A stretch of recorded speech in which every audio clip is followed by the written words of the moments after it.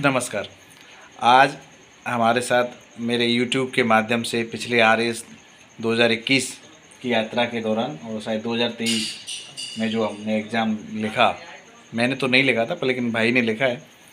उस समय YouTube के माध्यम से पंकज जी का मुझसे मिलना हुआ, जुड़ना हुआ और आज ये मेरे गांव में आए, जहाँ मैं रह रहा हूँ, जहाँ मेरी उप तहसील जो क्षेत्र है नादनपुर, वहाँ रह रहे हैं, वहीं पे ये आए और इनको जो RS से संबंधित चीज़ों की जानकारी लेनी थी उसके बारे में भाई के साथ खूब सारी चर्चा हुई, खुल के चर्चा हुई और इनके ताऊ जी भी साथ आए हैं इनको लेकर के।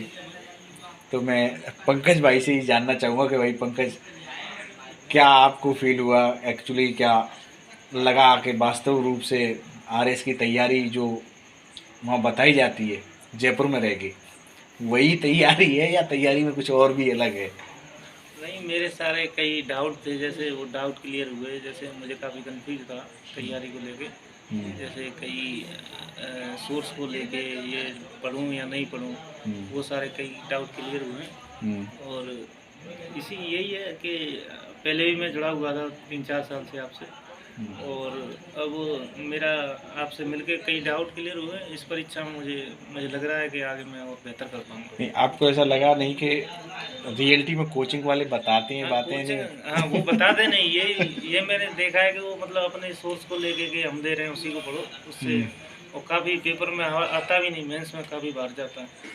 तो भाई का कहना है कि कोचिंग वाले कभी तो सोर्स नहीं बताएंगे, सच्चाई सोर्स की क्या है। और दूसरा, अपने नोट्स को बेचने के चक्कर में, अपनी उस दुकान को ही चलाने के चक्कर में ना, आपको कभी रूबरू नहीं होने देते हैं। आपकी खुद की जो शक्ति है ना, स्पून फीडिंग के चक्कर में आपके दांत भी कमज़ोर हो जाते हैं और हाथ भी कमज़ोर हो जाता है। और यही परिणाम रहता है कि आप न तो चयनित हो पाते हैं, और चयनित हो भी जाते हैं तो ज़िंदगी में आके या फिर देखते हैं कि प्रशासन में स्पून फीडिंग नहीं चल पाती, आपको खुद ही करना होता है।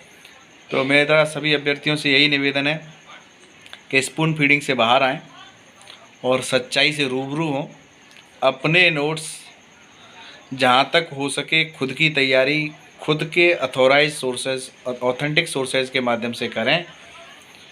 और हम जो लोग सफल केवल इस परीक्षा में सफल हो गए हैं, बाकी जीवन की सफलता तो भी बहुत सारी चीज़ों पर निर्भर करती है। आप इस चीज़ से रूबरू हो जाएं कि हम सब आप जैसे ही थे और आपकी जो समस्याएं थी वो हमारे साथ भी थी। और परीक्षा में सफल हो जाना कोई अंतिम सफलता नहीं है। जीवन में सफलता संतोष है और आपका कर्म है, और आप कर्म करें और कर्म में कितनी आपकी प्रगाढ़ता है उसी बात पे ध्यान रखें। बहुत बहुत धन्यवाद पंकज भाई, आपका भी, आपने मुझे इस लायक समझा कि आप मुझसे मिलने आए। धन्यवाद। मुझे इतना समय दिया, इसके लिए आपको बहुत बहुत धन्यवाद। ठीक है, ओके, थैंक यू यार।